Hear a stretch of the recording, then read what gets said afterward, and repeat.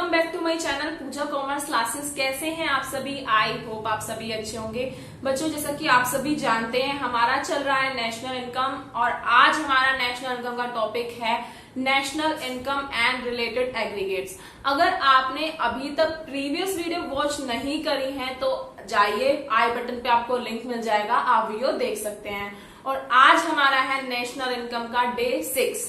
तो स्टार्ट करते हैं आज का अपना टॉपिक। तो बच्चों, सबसे पहले हमें ये बताते हैं कि national income and related aggregates का मतलब क्या है। नेशनल इनकम होता है कि जो भी हमारी नेशन की इनकम है उसको हम कहते हैं अपना नेशनल इनकम, और उससे के कुछ रिलेटेड एग्रीगेट्स होते हैं जिसके थ्रू हम अपनी इनकम को कैलकुलेट करते हैं। तो बच्चों, नेशनल इनकम के एग्रीगेट जो होते हैं वो टोटल कुछ आपके 8 एग्रीगेट्स होते हैं।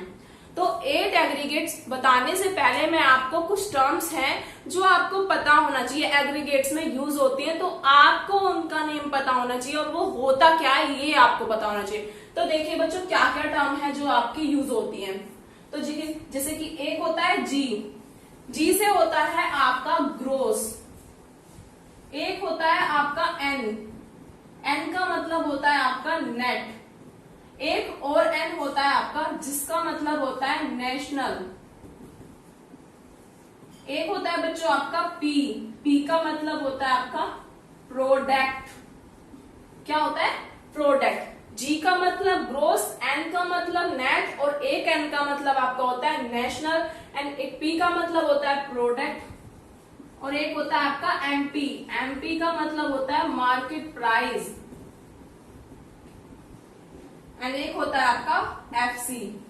एफसी का मतलब होता है आपका फैक्टर कॉस्ट। हाँ जी बच्चों, अब आप सोचेंगे मैम ये क्या लिख दिया है, हमें तो कुछ समझ ही नहीं आ रहा है, क्या है ये? आइए समझाते हैं बच्चों। देखिए, ग्रोस और नेट क्या होता है, सबसे पहले ये समझते हैं। देखिए बच्चों, आपने मोबाइल परचेज करा था 2 ईयर पहले। मान लीजिए आपने आईफोन परचेज करा है और 1 लाख का।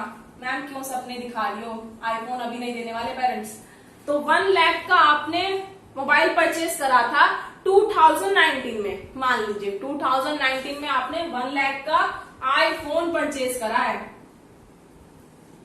तो अब बताइए कि अगर आप इसको 2020 या 21 में सेल करेंगे तो क्या ये 1 लाख का सेल हो जाएगा? नहीं मैम, 1 लाख का कैसे सेल हो जाएगा, ये तो अब हमने यूज कर लिया है, तो ये तो हमारा 1 लाख में सेल हो ही नहीं सकता। इसकी वैल्यू क्या हो जाएगी? अब कम हो जाएगी। तो अब इसको हम मान सकते हैं, चलो 60,000 के अराउंड हम इसको सेल कर सकते हैं। तो बच्चों, जो ये 1 लाख था, ये 1 लाख अमाउंट आपकी क्या कहलाती है? Gross value. ग्रोस वैल्यू का मतलब होता है जिसमें आपका डेप्रिसिएशन भी जुड़ा होता है। नेक्स्ट, अब जो आप सेल करके वैल्यू, जितने में आप सेल कर रहे हैं, अब बची हुई वैल्यू उसकी क्या रही है? वो आपकी रही है नेट वैल्यू। तो बच्चों, इसको हम बोलते हैं अपनी नेट वैल्यू। तो अब आपने एक चीज नोटिस करी है, जो 60,000 और 40,000 का ये क्या है? ये है आपका डेप्रिसिएशन। तो आपने देखा, जब आप ग्रोस से नेट पे आ रहे हैं तो आप क्या कर रहे हैं? डेप्रिसिएशन को माइनस कर रहे हैं, और जब आप नेट से ग्रोस पे जा रहे हैं तो आप क्या कर रहे हैं? डेप्रिसिएशन को प्लस कर रहे हैं। तो बच्चों, इसकी भी एक ट्रिक है, आपको याद रखना है। छोटे से बड़े पे जाएंगे। जब आपको छोटे से बड़े पे जाना है तो कुछ ऐड करना होगा, क्योंकि बड़े के पास जा रहे हैं, मैच्योरिटी आनी चाहिए आप में। और जब आप बड़े से छोटे के पास आ रहे हैं,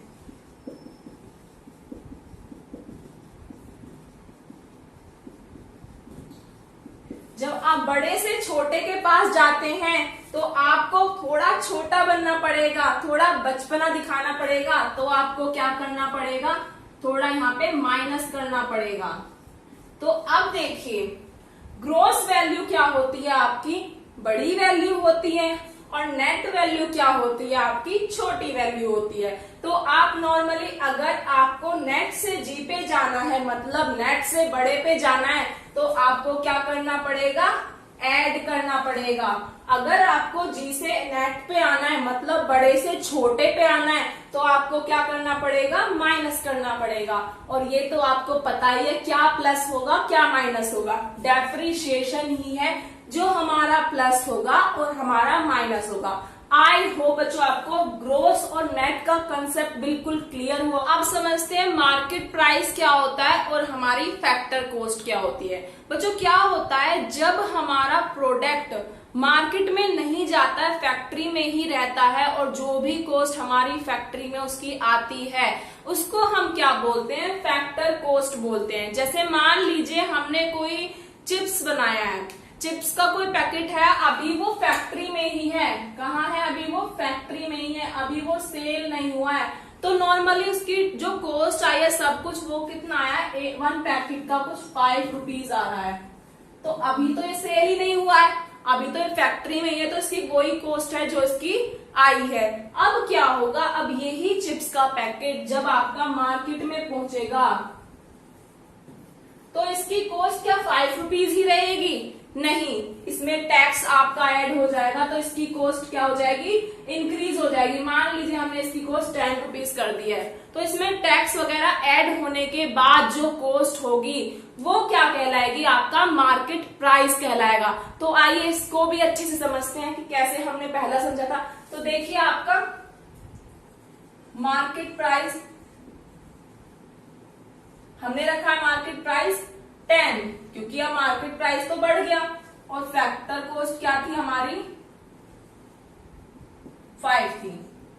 तो अब इसमें जो ये डिफरेंस है ये कितना आ रहा है, 5 का डिफरेंस आ रहा है।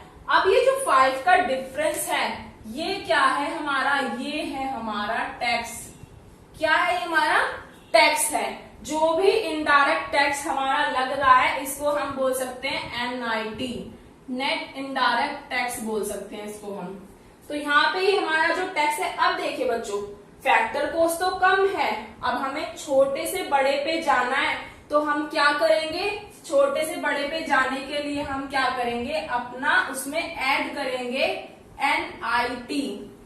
अगर हमें MP से FC पे आना है, मतलब बड़े से छोटे पे आना है, तो हम क्या करेंगे, उसमें से माइनस NIT। तो आप देख सकते हैं ये ट्रिक आपके काम आ सकती है।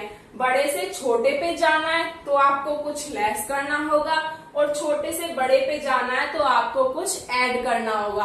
और ये आपको याद ही रखना है कि क्या आप ऐड करते हैं। जब आप FC और MP की बात करते हैं तो आप टैक्स को ऐड करते हैं और टैक्स को माइनस करते हैं, बट जब आप ग्रोस और नेट की बात करते हैं तो वहां पर आप डेप्रिशिएशन को लेस और ऐड करते हैं। तो आई होप आपको इतना क्लियर हुआ होगा। अब देखते हैं, एक होता है हमारा नेशनल और एक होता है हमारा प्रोडक्ट, और बच्चों एक हमारा और है D, जिसे हम बोलते हैं डोमेस्टिक। डोमेस्टिक का मतलब होता है बच्चों जो भी गुड्स हमारी डोमेस्टिक कंट्री में प्रोड्यूस हो रहे हैं, मतलब हमारी जैसे इंडिया हुआ, इंडिया हमारा क्या है, डोमेस्टिक कंट्री है, तो उसी एरिया में जो भी कुछ प्रोड्यूस होता है उसे हम डोमेस्टिक बोलेंगे एक तरह से। नेशनल में हो जाता है, नेशनल में हमारा एब्रोड का भी इंक्लूड हो जाएगा, डोमेस्टिक में नहीं होगा। तो आई होप आपको इतना कंसेप्ट क्लियर हुआ होगा। अब हम बताते हैं आपको एग्रीगेट्स कैसे लिखने हैं। आइए देखिए, अब समझते हैं कि 8 एग्रीगेट्स होते क्या है हमारे। तो यही टर्म्स है, इनसे ही हम अपने 8 एग्रीगेट्स को नोट कर सकते हैं। तो बच्चों देखिए, अब आपको क्या करना है, 4 बार आपको G नोट करना है, 4 बार हमने G नोट कर दिया, और 4 बार आपको N नोट करना है। और जो बच्चों N है ये आपका हमेशा फर्स्ट में जो N रहता है उसको हम नेट बोलते हैं, और जो आपका सेकंड में N आएगा उसको आप नेशनल बोलेंगे। तो देखिए हमने 4 बार G नोट करा है, 4 बार हमने N नोट करा है। अब बच्चों आपको क्या होता है, एक DP होगा और एक आपका NP होगा। ये कुछ अलग नहीं है, बस आपको इसको याद करने के लिए। DP का मतलब यहाँ पे क्या है, ये वाला D और ये वाला P हमने ले लिया है, और NP का मतलब ये वाला N और ये वाला P हमने एक साथ लिख दिया है। तो इससे इजी हो जाएगा ये आपके लिए। तो देखिए अब आपको क्या करना है, 2 बार DP लिखना है, 2 बार NP लिखना है, 2 बार DP लिखना है, 2 बार एनपी लिखना है, फिर से 2 बार डीपी लिखना है, 2 बार एनपी लिखना है। तो ये कुछ 8 एग्रीगेट्स आपके कंप्लीट लिखे गए हैं। अब इसमें एक चीज और ऐड करनी है हमें। हमने पढ़ा है एफसी और एमपी, एफसी और एमपी। अब लिखते चलिए FC MP, FC MP, FC MP, FC MP. तो बच्चों ये आपके 8 एग्रीगेट्स कंप्लीट हो चुके हैं। हमने क्या करा है, सिर्फ हमने यही करा है 4 बार जी लिखा है, 4 बार एन लिखा है, फिर डीपी डीपी एनपी एनपी, फिर हमने एफसी एमपी ये नोट करा है। तो आई होप इस ट्रिक से आप इसको पूरा याद कर पाएंगे। तो अब इसको हम आपको रीड करके बता देते हैं कि हम किस टर्म को क्या बोलेंगे।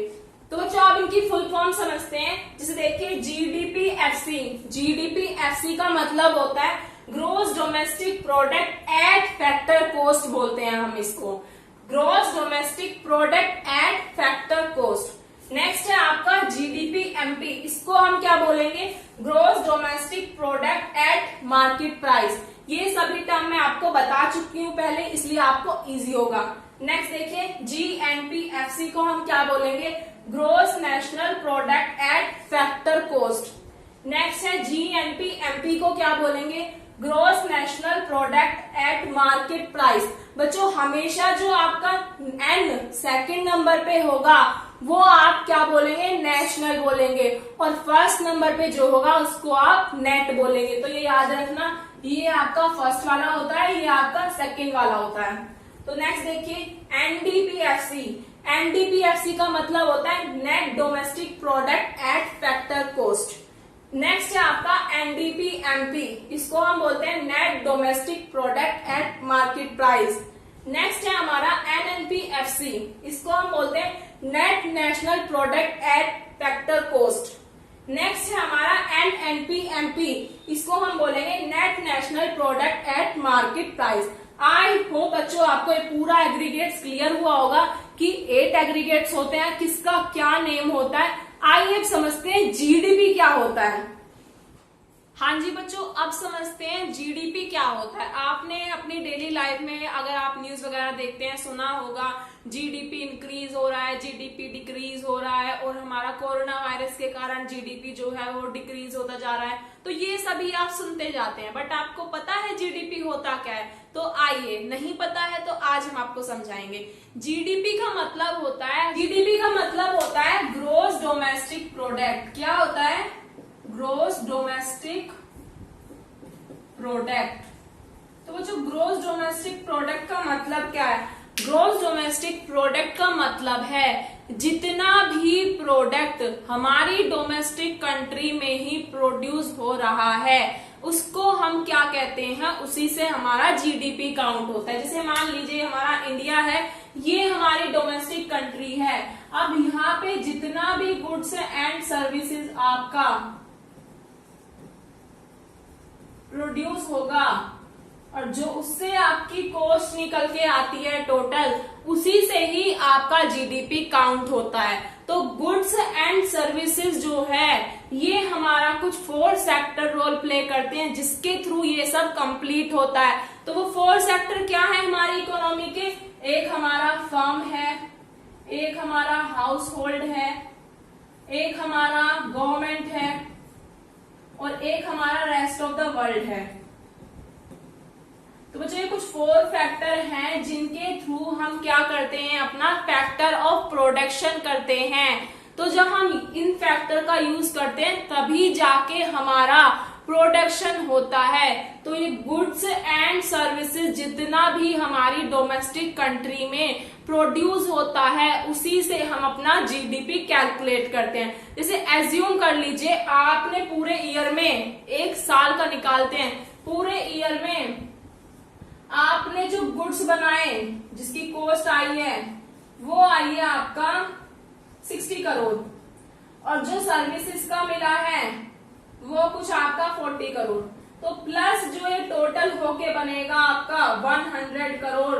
तो ये क्या कहलाएगा? आपका जीडीपी कहलाएगा। और बच्चों गुड्स जो होते हैं जीडीपी में वो ही कैलकुलेट होते हैं जो आपके फिनिश्ड गुड्स हैं, मतलब फाइनल गुड्स हैं जो मार्केट में आ चुका है। ये नहीं है कि गुड्स आपका फैक्ट्री में पड़ा है, अभी इंटरमीडिएट है तो वो भी काउंट होगा, नहीं बच्चों, आपका वही गुड्स काउंट होता है जो आपका मार्केट में बिक चुका है, क्योंकि उस पे टैक्स लग जाता है और गवर्नमेंट की नजरों में जो चीज रहती है वही जीडीपी में काउंट होती है। अब देखिए, आपने देखा होगा नॉर्मली डॉक्टर जो है वो सर्विस देता है अपने आसपास के एरिया में देता रहता है जैसे नॉर्मली, तो वो क्या गवर्नमेंट की नजरों में आ रहा है, उस पे क्या टैक्स लग रहा है, तो वो तो जीडीपी में काउंट ही नहीं हो पा रहा है।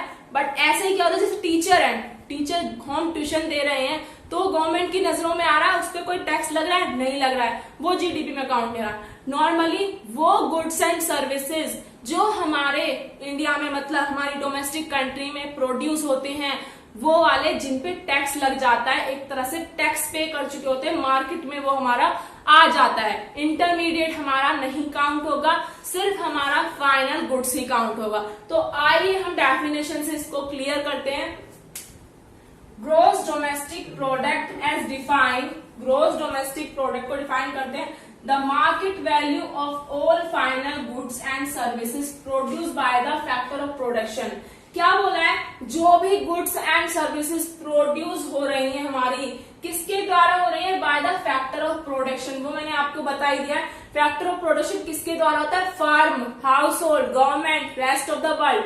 इन 4 फैक्टर्स के कारण ही हमारा फैक्टर ऑफ प्रोडक्शन होता है इन द डोमेस्टिक टेरिटरी, और हमारी डोमेस्टिक टेरिटरी में होना चाहिए, इंडिया में ही होना चाहिए, बाहर नहीं होना चाहिए। इंडिया में डोमेस्टिक टेरिटरी में ही हमारा गुड्स एंड सर्विसेज का प्रोडक्शन होना चाहिए of the country during a fixed period of 1 year, और 1 साल में। तो नॉर्मली हमने क्या समझा, जो गुड्स एंड सर्विसेज का प्रोडक्शन होता है, फाइनल गुड्स एंड सर्विसेज का, पूरे 1 साल में हमारी डोमेस्टिक कंट्री में, वो ही क्या कहलाता है, हमारा जीडीपी कहलाता है। तो आई होप बच्चों आपको क्लियर हुआ होगा। हाँ जी बच्चों, अब आपको जीडीपी तो क्लियर हो गया होगा, तो अब हम समझते हैं नॉमिनल जीडीपी और रियल जीडीपी क्या होता है। बच्चों, नॉमिनल जीडीपी आपकी वो जीडीपी होती है जो आपकी करंट प्राइस से कैलकुलेट होती है, जो आपका इस टाइम पे प्राइस चल रहा है, इस ईयर में प्राइस चल रहा है, उसी से आप उसको कैलकुलेट करेंगे। और आपकी रियल जीडीपी क्या होती है, जिसमें आप किसी एक ईयर को अपना बेस ईयर मान लेते हैं और उससे अपनी जीडीपी को कैलकुलेट करते हैं। तो अब आपको दिखाते हैं कि कौन सा वे आपका बेस्ट माना जाएगा, आप खुद ही समझ जाएंगे। देखिए, आइए, ये आपका नॉमिनल जीडीपी का मैंने चार्ट बनाया है, तो अब आपको देखना है कि कौन सी जीडीपी आपकी बेस्ट होगी। तो देखिए बच्चों, 2015, 16, 17, 18, 19 हमने लिया है, ये हमने ऐसे ही एज्यूम करा है, कोई रियल नहीं है ये। तो नॉर्मली मान लीजिए, हमने मान लिया प्राइस हमारे 10, 20, 30 और 50 हैं, और क्वांटिटी हमारी 1000, फिर 500, फिर 400, 200, फिर 500 हो गई है। तो अब हम जीडीपी कैसे कैलकुलेट करेंगे, प्राइस की मल्टीप्लाई हम क्वांटिटी से कर देंगे तो हमारी जीडीपी आ जाएगी। तो बच्चों देखिए, फर्स्ट में आपकी आएगी 10,000, next 20 into 500, 10,000, 30 into 400, 12,000, 40 into 200, 8,000, 50 into 500, 25,000। बच्चों, अब आपको एक चीज देखनी है, नॉर्मली आप कुछ मत देखिए, आप सिर्फ अगर जीडीपी को देखते हैं तो आप कहेंगे कि मैम हमारा जीडीपी पहले 10,000 था, फिर 10,000 था, फिर 12,000 हो गया, मतलब बढ़ गया, आपका जीडीपी बढ़ा। आपने यहाँ पे नोटिस कर लिया, ये जो 2016 है और 2017 है, इसके बीच में आपने देखा आपका जीडीपी बढ़ गया। बट आपने एक चीज नोटिस करी है कि आप पहले 500 क्वांटिटी प्रोड्यूस कर रहे थे, बट अब आप सिर्फ 400 क्वांटिटी प्रोड्यूस कर रहे हैं। जो ये आपका जीडीपी बढ़ा है, ये आपका सिर्फ इसलिए बढ़ा है क्योंकि आपके प्राइस बढ़ गए हैं, अदरवाइज आपका जीडीपी नहीं बढ़ता। तो बच्चों, ये एक रियल नहीं होता है, इसमें क्या होता है, नॉर्मली हमारा वैसे ग्रोथ नहीं होती है, बल्कि पिछली बार अगर हमने 500 प्रोडक्शन किया था तो हम सोचते हैं कि इस बार हम 500 से ज्यादा प्रोड्यूस करें, बट हमने क्या करा है, 500 से कम प्रोड्यूस करा है। तो हमने ग्रोथ तो बिल्कुल भी नहीं कर पाए है ना। जीडीपी बेशक बढ़ जाए पर ग्रोथ तो हमारी नहीं हुई है ना। तो हमें क्या करना है, नॉमिनल जीडीपी जो है वो इतना बेस्ट नहीं है जितना हमारा रियल जीडीपी होगा। तो नॉमिनल में आपको याद रखना है, जो करंट प्राइस चलते रहते हैं उसके अकॉर्डिंग आपका जीडीपी कैलकुलेट होता है, और जीडीपी जो का बढ़ना हमारी ग्रोथ को नहीं बताएगा, क्योंकि अक्सर ऐसा होता है क्वांटिटी कम होती है, प्राइस के कारण हमारा जीडीपी बढ़ जाता है। तो अब देखते हैं रियल जीडीपी में कैसे कैलकुलेट। जी बच्चों, अब रियल जीडीपी को देखें, रियल जीडीपी में कैसे कैलकुलेशन होगी। रियल जीडीपी में क्या होगा बच्चों कि आपका जो प्राइस है, हम एक किसी भी ईयर को बेस ईयर मान लेते हैं और ये डिसाइड कर लेते हैं कि आने वाले कुछ साल तक हम उसी ईयर को बेस ईयर मान के अपना जीडीपी कैलकुलेट करेंगे। मतलब जो प्राइस उस ईयर थे उसी प्राइस से हम अपना जीडीपी कैलकुलेट करेंगे। जैसे हमने 2015 में हमारे जो प्राइस है वो 10 है। अब बेशक हमारी क्वांटिटी बढ़ जाए पर प्राइस क्या रहेंगे, हमारे 10 ही रहेंगे आने वाले कुछ सालों के लिए। तो इससे क्या होगा, जो जीडीपी है और जो ग्रोथ है वो दोनों ही हमें पता चलता रहेगा कि हाँ, अगर जीडीपी बढ़ रहा है तो ग्रोथ भी हमारी हो रही है। तो आइए देखिए, हमारे प्राइस तो 10 ही है, सब में हमारे प्राइस क्या रहने वाले हैं, 10 ही रहने वाले हैं। तो अब क्वांटिटी हमारी 1000 है, यहाँ पे हमारी 500 है, यहाँ पे हमारी 400 है, यहाँ पर हमारी 200 है और यहाँ पे हमारी 500 है। तो देखिए बच्चों, 10,000, 5,000, 4,000, 2,000, 5,000। बच्चों मान लीजिए, अगर मान लो 2020 में हम यहाँ पे अपना गुड्स का प्राइस क्वांटिटी 2000 कर देते हैं, हमारी क्वांटिटी बढ़ी। तो अब जब 10 के प्राइस से हम 2000 की मल्टीप्लाई करेंगे तो हमारी जीडीपी भी बढ़ेगी। तो बच्चों आप देखिए इसमें क्या हुआ, वाका रियल जीडीपी में आपको एक रियल सिचुएशन दिखाई दे रही है। अगर आपकी क्वांटिटी कम हो रही है तो आपकी जीडीपी भी कम होगी। तो देखिए 10,000 से आपकी जीडीपी 5,000 हो गई है। अब आपकी क्वांटिटी फिर से कम हो रही है तो आपकी जीडीपी भी कम हुई, फिर आपकी जीडीपी दोबारा कम हुई जब आपकी क्वांटिटी कम हुई। अब लास्ट में आपकी क्वांटिटी बढ़ी है तो आपकी जीडीपी भी बढ़ी है। मतलब यहाँ पे आपकी ग्रोथ और जीडीपी दोनों है एक सेम रिलेशन शो कर रहे हैं। तो इसलिए ही हम जो रियल जीडीपी है उसे ज्यादा बेस्ट मानते हैं। तो आई होप आपको रियल जीडीपी और नॉमिनल जीडीपी क्लियर हुआ होगा। अब हम समझते हैं कि हमारा जीडीपी डिफ्लेटर क्या होता है। समझते हैं जीडीपी डिफ्लेटर क्या होता है। जीडीपी डिफ्लेटर आप तभी समझ पाएंगे अगर आपको रियल जीडीपी और नॉमिनल जीडीपी क्लियर हो गया है। तो बच्चों जीडीपी डिफ्लेटर कुछ भी नहीं है। जीडीपी डिफ्लेटर में सिर्फ आपको इतना समझना है कि प्राइस में कितना चेंज आ रहा है, इसको आपको कैलकुलेट करना होता है। देखिए definition, GDP deflator measure the, ये 2 बार रिपीट हो गया आपका, GDP deflator measure the average change in the price level of all goods and services।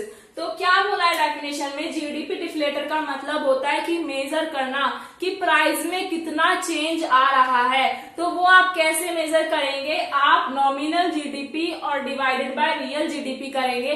तो नॉमिनल जीडीपी और रियल जीडीपी के फ्रैक्शन से आप ये पता कर पाएंगे कि चेंज कितने टाइम्स हो रहा है। तो नॉमिनल जीडीपी और डिवाइड बाय रियल जीडीपी से आपको एक टाइम मिल जाएगा, कितने टाइम्स आपका चेंज हो रहा है। और जब आप इसकी मल्टीप्लाई 100 से करेंगे तो आपको पता चल जाएगा कितने % चेंज आ रहा है। तो यही आपको इसमें बताया जाता है कि जो चेंज है प्राइस में, जो चेंज आ रहा है गुड्स एंड सर्विसेज के, वो कितना आ रहा है। तो उसी से आप निकाल लेते हैं, ये आपका फॉर्मूला है। आई होप आपको आज का वीडियो क्लियर हुआ होगा। अगर कोई भी डाउट है तो आप मुझे इंस्टा पे फॉलो करिए, वहां पे अपना पर्सनल डाउट आप मुझसे पूछ सकते हैं। अगर आपने अभी तक चैनल को सब्सक्राइब नहीं किया है तो जाइए चैनल को सब्सक्राइब करिए, बेल आइकन को प्रेस करिए, जिससे हर वीडियो का नोटिफिकेशन आपको मिलता रहे। Thank you so much.